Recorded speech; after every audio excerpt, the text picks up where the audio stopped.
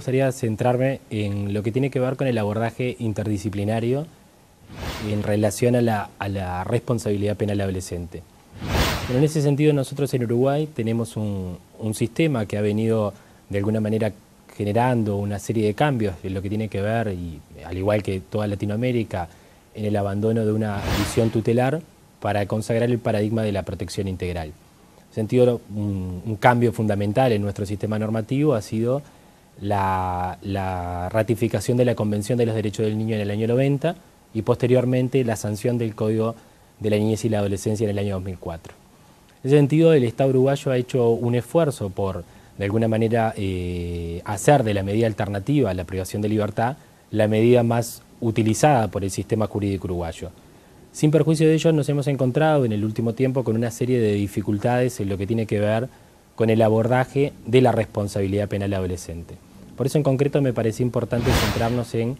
lo que tiene que ver con el abordaje interdisciplinario, o sea, ese cruce de miradas que de alguna forma nos va a permitir ingresar a la situación en concreto de ese adolescente que es sometido a un proceso penal. Nosotros en Uruguay, de acuerdo al marco normativo vigente, los informes técnicos que nos permiten, ya sea desde el campo psicológico o desde el campo social, no son preceptivos para el juez, sino que en algunos casos ese informe es acompañado previo al dictado de una sentencia y en otros casos es más bien un informe de seguimiento, o sea, un informe que se dicta con posterioridad a que se decida sobre la medida en concreto a aplicarle a ese adolescente.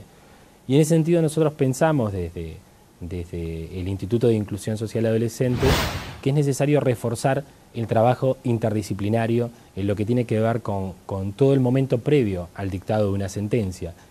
Y en definitiva pensamos que eso es importante. ¿Por qué? Porque para poder aplicar una medida alternativa a la privación de libertad,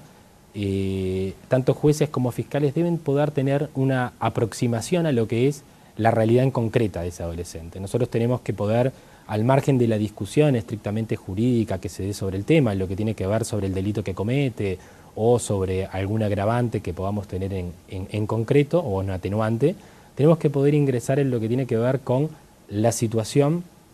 del día a día de ese adolescente, lo que tiene que ver con los procesos educativos, los referentes familiares, las situaciones que podemos encontrar en lo que tiene que ver con el nivel socioeconómico de ese adolescente. Y en ese sentido el informe técnico nos va a permitir, de alguna manera, previo al dictado de sentencia, poder identificar aquellas fortalezas que encuentra el adolescente, que encontramos en ese adolescente, para poder de alguna manera determinar si es posible aplicar una medida alternativa a la privación de libertad.